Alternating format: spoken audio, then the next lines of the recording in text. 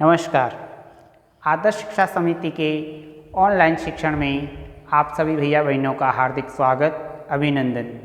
दिनांक 29 जुलाई 2021, कक्षा अष्टमी, विषय विज्ञान, अध्याय 2, सूक्ष्मजीव मित्र एवं शत्रु, वीडियो क्रमांक 7। भैया बहनों, हमने अध्याय 1 के 6 वीडियो समझे। अध्याय दूसरे का आज पहला वीडियो है और टोटल वीडियो क्रमांक 6 हो चुके हैं। आज वीडियो क्रमांक 7 है। मैंने जैसा कि आपको पहले भी समझा रखा है कि जब भी हम वीडियो देखें तो वीडियो को केवल पहली बार में पूरा देखें और सुनें। दूसरी बार में जब आप वीडियो देखें या समझें तब अपने पास में विद्यालय की अपने विषय की पुस्तक होनी चाहिए तथा साथ में पेन और नोटबुक भी होनी चाहिए, ताकि आप बोर्ड पर लिखे हुए मुख्य बिंदु को अपनी कॉपी में लिखें तथा बाद में इन्हीं लिखे हुए बिंदुओं में से मैंने प्रश्न बनाकर गृह कार्य दिया है। उन गृह कार्य में दिए गए प्रश्नों के उत्तर आपको इन बिंदुओं में से मिल जाएंगे। जैसा कि आप जानते हैं, सूक्ष्मजीव मित्र एवं शत्रु अध्याय का नाम है। सूक्ष्मजीव यानी कि micro organism, friend and enemy.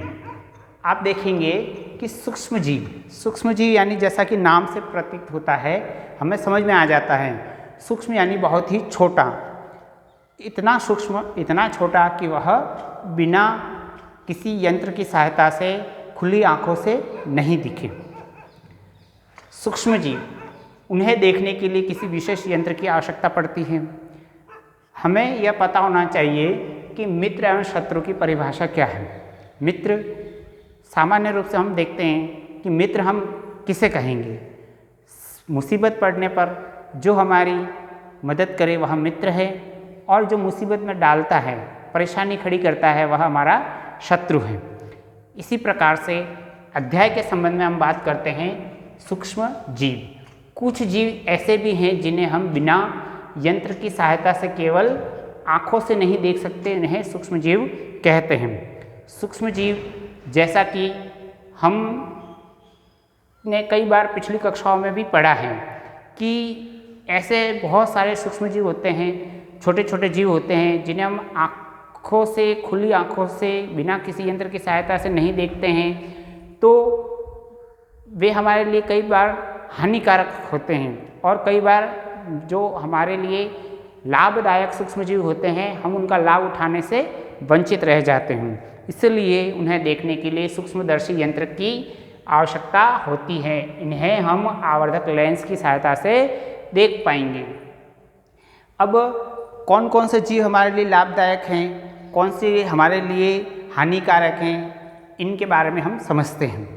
लाभदायक जीव, पहले हम लाभदायक जीव यानी कि मित्र सूक्ष्म जीव के बारे में अध्ययन करेंगे, और आगे के वीडियो में जब हमारा शत्रु वाला टॉपिक आएगा यानी कि हानिकारक सूक्ष्म जीव का टॉपिक आएगा, तब हम उसके बारे में समझेंगे। यहाँ पर उदाहरण लिखा है, लैक्टोबैसिलस और यीस्ट, दो सूक्ष्म जीवों के नाम दिए हैं। लैक्टोबैसिलस एक वह सूक्ष्म जीव है जो दही में पाया जाता है।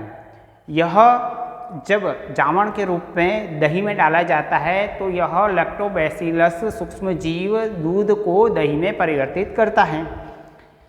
दूसरा है यीस्ट। इस यीस्ट से अल्कोहल के निर्माण में काम में लिया जाता है। यीस्ट को कहाँ काम में लिया जाता है? अल्कोहल के निर्माण में। और इसी अल्कोहल का काम या उपयोग हम ब्रेड और पाव रोटी बनाने में उपयोग में लेते हैं। पाव रोटी यानी कि डबल रोटी, जिसे हम सामान्य रूप से डबल रोटी कहते हैं। देखिए भैया बहनों, अब देखिए सूक्ष्मजीव का वर्गीकरण। सूक्ष्मजीव का वर्गीकरण मैंने हम लिखा है यहाँ पर 4 वर्गों में विभाजित किया गया है: जीवाणु, कवक, प्रोटोजोआ और शैवाल। इसके लिए आप देखिए चित्र 2.1 से 2.4 तक आप देखेंगे कि चित्र 2.1 इसमें लिखा है स्पाइरल जीवाणु और छड़नुमा जीवाणु। सबसे पहले देखिए, हमारा बिंदु था, पहला नंबर है एक जीवाणु। इसमें देखिए 2 प्रकार के जीवाणु दिए हैं, स्पाइरल यानी कि गोल गोल और छड़नुमा यानी सीधे। फिर चित्र 2.2 में शैवाल दिया है। शैवाल में क्लैमाइडोमोनास और स्पाइरोगाइरा। और चित्र 2.3 में दिया है प्रोटोजोआ। अब प्रोटोजोआ, इसमें 2 प्रोटोजोआ के नाम दिए हैं, अमीबा और पैरामीशियम। यहाँ मैं आपकी जानकारी के लिए बता दूँ कि हमने पिछली कक्षाओं में भी पढ़ा है कि अमीबा एक कोशिकीय प्रोटोजोआ है, सूक्ष्म जीव हैं।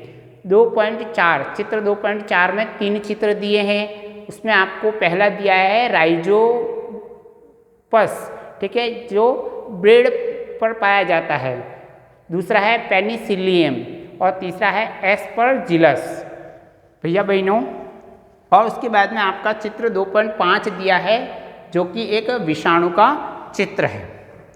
अब आप ध्यान से समझिए, जीवाणु यह भी एक सूक्ष्म जीव का प्रकार है। दूसरा है कवक, तीसरा है प्रोटोजोआ, चौथा है शैवाल। अब यह इनमें से कौन सा हमारे लिए लाभदायक है?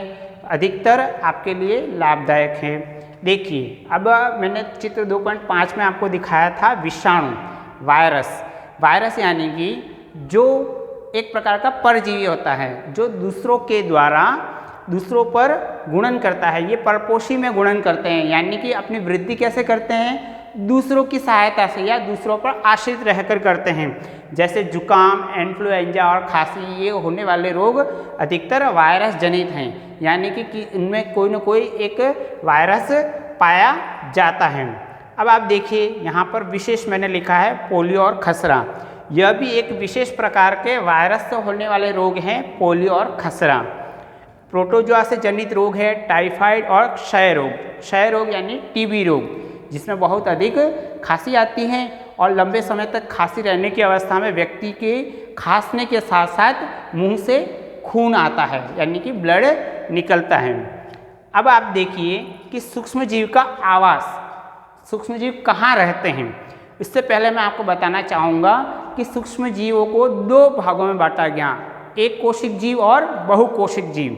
एक कोशिकीय जीव जैसे कि अमीबा, बहुकोशिकीय जीव जैसे कवक, राइजोबस, प्रोटोजोआ, पैरामीशियम इत्यादि, ठीक है। अब देखिए, ये आवास कहाँ करते हैं? हर प्रकार की परिस्थितियों में जीवित रह सकते हैं। अब देखिए, सूक्ष्म जीव, उनके लिए उष्ण वातावरण है, चाहे अत्यधिक शीत वातावरण है, समशीतोष्ण है, न उष्ण न शीत, दोनों के का मीडियम साइज, और सामान्य वातावरण में भी रह सकता है, दलदली भूमि में भी रह सकता है, पहाड़ी क्षेत्र में भी रह सकता है, यानी कि हर प्रकार का आवास इसके लिए अनुकूल है। देखिए, अब यह एकल और सामूहिक दोनों रूपों में रहता है। एकल में यानी कि वह एक अकेला वायरस रहता है ना, और सामूहिक यानी कि वह समूह में रहते हैं। इस प्रकार से भैया बहनों, मैंने आपको समझाया कि हमने सूक्ष्म जीव के बारे में सामान्य तौर पर फौरी जानकारी की। अब आपको अगले वीडियो में समझाया जाएगा आगे के सूक्ष्म जीव के बारे में। अभी मित्र वाला ही टॉपिक चल रहा है, लाभदायक सूक्ष्म जीवों के बारे में हम पढ़ रहे हैं। आपको अभी आगे सूक्ष्म जीव, लाभदायक सूक्ष्म जीवों के बारे में और पढ़ना है। आज का टॉपिक हम यहीं समाप्त करते हैं। धन्यवाद।